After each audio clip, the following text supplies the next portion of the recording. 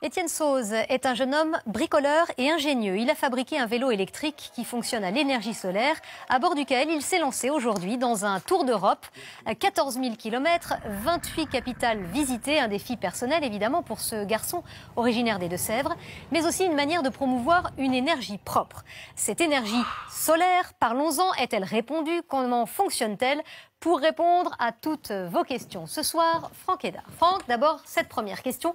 Comment fonctionne une installation solaire? Déjà, pour vous équiper, demandez l'autorisation à la mairie et ensuite adressez-vous à des professionnels. Il faut compter, Nathalie, entre 10 et 15 000 euros pour 20 à 40 mètres carrés de panneaux photovoltaïques sur votre toit. Un onduleur, un compteur et puis un tableau électrique aussi. Plusieurs possibilités ensuite. Revendre l'électricité produite à EDF, ça vous rapportera entre 650 et 2000 euros par an. En revanche, vous ne pourrez pas être totalement autonome puisqu'il n'existe pas aujourd'hui de batterie suffisamment puissante pour stocker l'électricité dont vous avez besoin. Mais vous pourrez utiliser votre énergie solaire en complément et par exemple diviser de moitié votre facture d'eau chaude. Aujourd'hui, mieux vaut vivre dans le sud de la France, on va le voir, pour bénéficier du meilleur ensoleillement et capter donc plus d'énergie. Il faut savoir que 320 000 foyers possèdent des panneaux solaires sur leur toit et à titre de comparaison, eh bien, c'est 8 fois moins qu'en Allemagne. Eh bien, on a encore des progrès à faire. Donc, quels produits et objets fonctionnent à l'énergie solaire aujourd'hui? Alors, des objets fonctionnant à l'énergie solaire, on en trouve de plus en plus. Jouets, lampes de jardin, postes de radio. On trouve aussi des chargeurs solaires pour smartphones, tablettes ou ordinateurs. Alors, ça a un petit coût.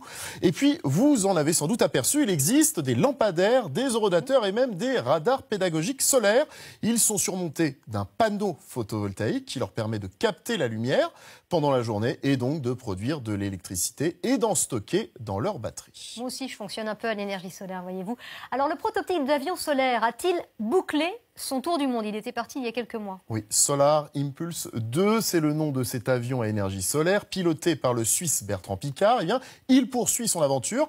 L'appareil se trouve actuellement en Chine et doit traverser le Pacifique pour rallier Hawaï à une vitesse de 50 à 100 km/h. Ces moteurs sont alimentés grâce à plus de 17 000 cellules photovoltaïques qui se trouvent sur ses ailes. Et puis, il y a aussi, Nathalie, la voiture solaire. Voici la SunSwift.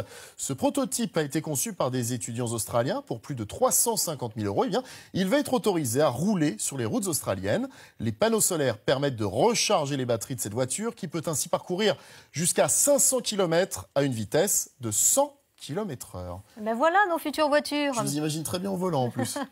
Merci beaucoup Franck pour toutes ces informations. Et puis justement, nous vous avons posé la question. Le solaire est-il l'énergie de l'avenir? Eh bien oui, c'est ce que vous nous dites à 62% contre 33% de non. Et vous pouvez bien sûr continuer à vous exprimer sur notre site M6 Info.